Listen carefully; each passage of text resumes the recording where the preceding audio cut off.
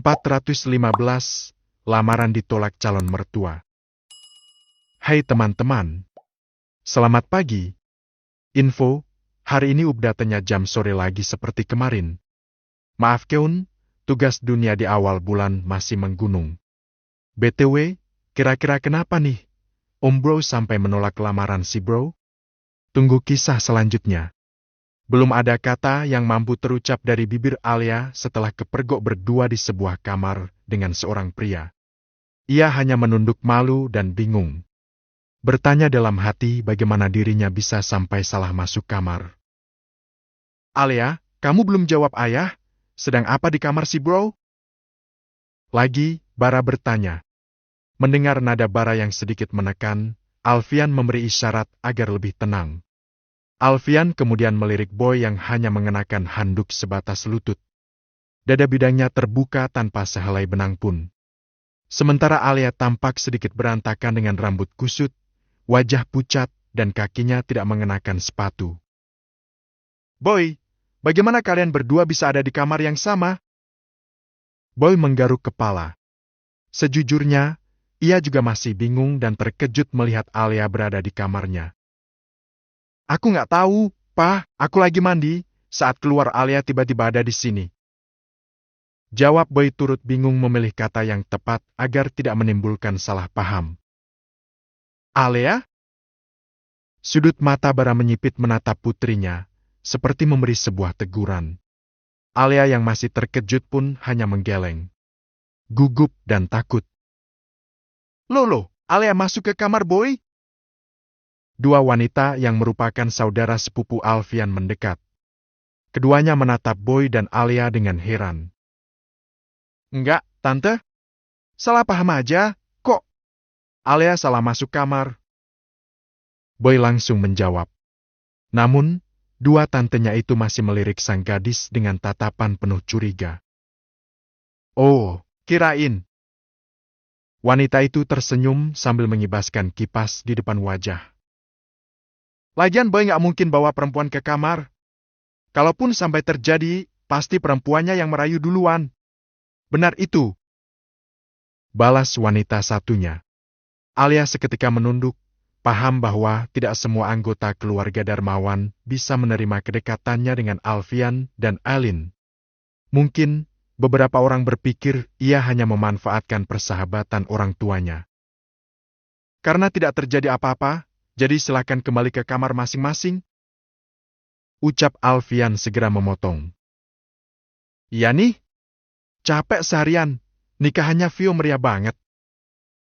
Dua wanita itu pun segera berlalu menuju kamar mereka. Alia masih menunduk setelah mendengar kalimat dua wanita itu.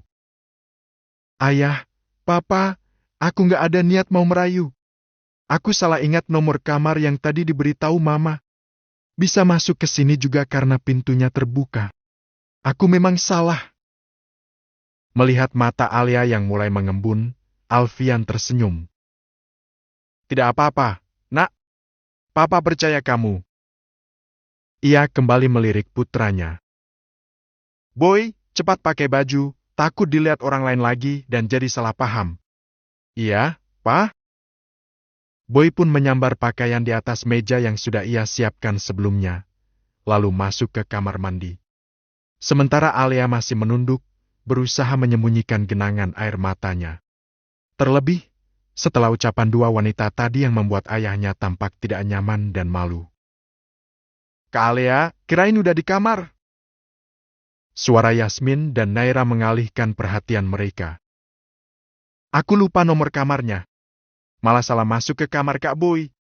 Ya ampun, kamar kita yang di ujung itu, Kak. Naira menunjuk kamar paling ujung. Aku beneran lupa. Kirain kalian udah masuk duluan. Ya sudah, karena ini sudah malam kalian boleh istirahat. Jangan sampai kelelahan. Alfian tersenyum ramah.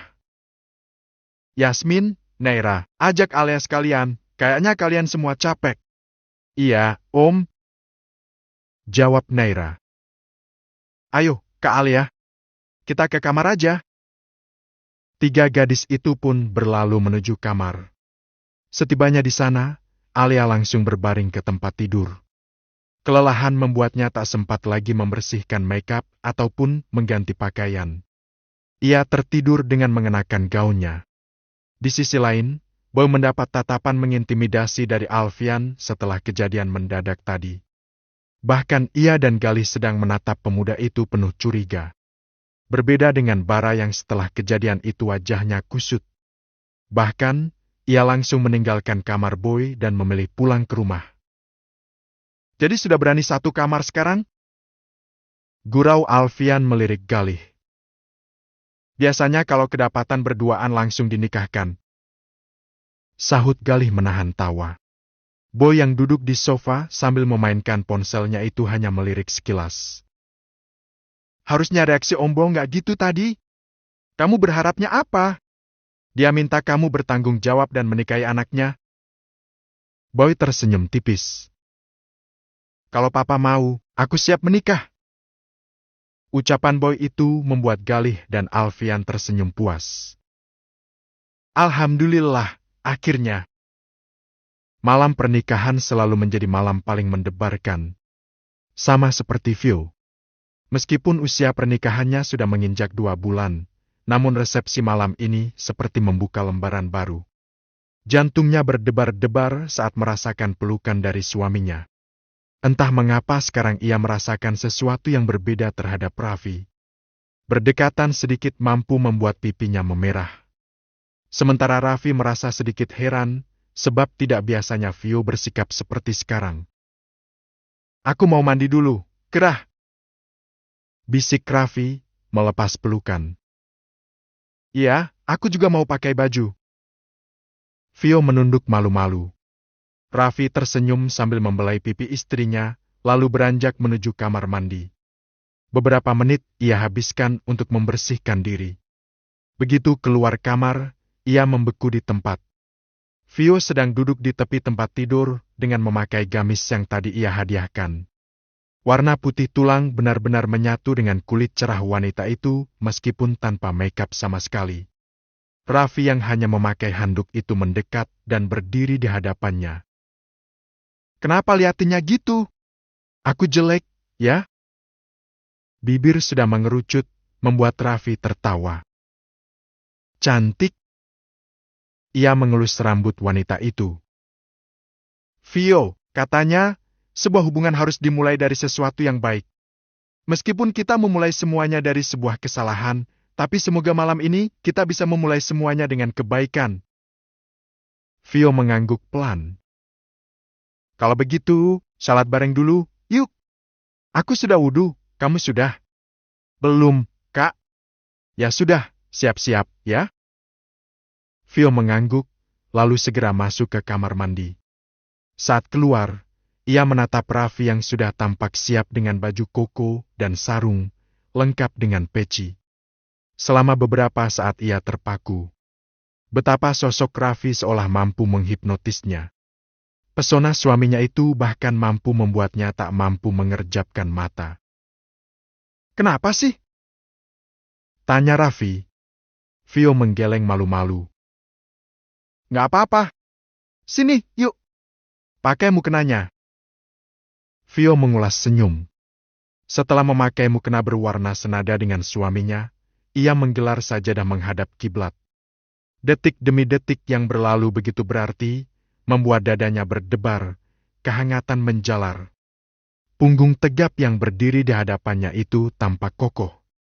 Seperti pelindung yang selama ini berdiri dan siap melakukan apapun untuknya. Vio menjatuhkan air mata saat bibinya menyentuh punggung tangan suaminya. Sungguh rasa yang ada sekarang terasa sangat berbeda. Bahkan ia merasa sakit setiap kali teringat akan kesalahannya beberapa waktu lalu. Kok malah nangis? Bisik Raffi saat Vio bersandar di dadanya sambil menangis. Maafin aku. Kenapa aku sebodoh ini sampai nggak bisa memahami kalau segala bentuk perlindunganmu padaku adalah bentuk cinta? Sudah, jangan nangis, kasihan dedeknya nanti ikut sedih. Yang penting sekarang kita mulai semuanya dari awal. Tutup lembar lama dan buka lembar baru. Aku mencintaimu, suamiku. Bisiknya malu-malu. Mendengar ungkapan perasaan Vio itu membuat Raffi terkesima. Ia pasti sudah melompat kegirangan jika tidak sedang memeluk istrinya. Aku juga mencintaimu. Balasnya, mengecup puncak kepala yang terbalut hijab. Entah siapa yang memulai dua bibir itu menyatu. Dua hati yang sama-sama merindu. Ketika mukena teronggok di lantai, ada tubuh yang melayang, lalu terhempas lembut ke tempat yang lebih nyaman. Lampu yang semula benderang pun berganti menjadi redup, menciptakan suasana yang berbeda. Lalu, disusul oleh tirai jendela hotel yang tertutup rapat. Juga selimut tebal yang membalut dua tubuh yang menyatu. 2 minggu berlalu. Pagi itu Alfian dengan ditemani Galih mendatangi rumah Bara. Tadinya mereka ingin langsung sekalian mengajak keluarga besar. Namun, demi kenyamanan, mereka memilih pergi berdua lebih dulu sebagai pembuka jalan dari pihak lelaki. Kedatangan Alfian pun disambut baik oleh Bara. Meskipun ia sedikit terkejut dengan kedatangan sang bos yang mendadak. Setelah mengisi waktu dengan perbincangan santai, ketiganya mulai tampak serius. Alfian menyeruput secangkir teh hangat lebih dulu, lalu menarik napas dalam. Bismillah, sebenarnya kedatanganku kemari untuk satu tujuan. Ucap Alfian memulai. Bara terdiam, menunggu ucapan sang bos berikutnya. Maksudnya tujuan apa? Tanya Bara. Kita sudah berteman sangat lama. Bahkan sejak kita masih remaja. Sebenarnya, aku sangat berharap persahabatan kita bisa berkembang menjadi sebuah keluarga. Karena itu, aku sangat senang saat anakku, Boy, memberitahuku bahwa dia punya niat baik terhadap anakmu, Alia. Maksudnya? Bara yang terkejut itu tak mampu berucap banyak. Ia bahkan mematung karena terkejut. Kamu pasti tahu Alia sudah seperti anakku sendiri. Dia yang menemaniku dan Aileen saat kami berada di masa-masa sulit sejak hilangnya Bian. Aku sangat ingin menjadikannya sebagai bagian dari keluargaku. Kalau kamu setuju, insya Allah secepatnya kami akan datang untuk melamar Alia secara resmi. Bara terkejut. Sama sekali tak menyangka bahwa gadis yang selama ini disebut-sebut Boy adalah putrinya. Boy kerap bercerita tentang gadis yang disukainya, meski secara tak langsung menyebut sebuah nama. Bara mengusap ujung matanya yang basah. Lalu, menarik napas dalam-dalam dan tersenyum. Sebelumnya, aku ucapkan terima kasih. Sejujurnya, aku benar-benar terkejut. Aku sangat tersanjung dan menghargai niat baik ini. Tapi, apa bos yakin?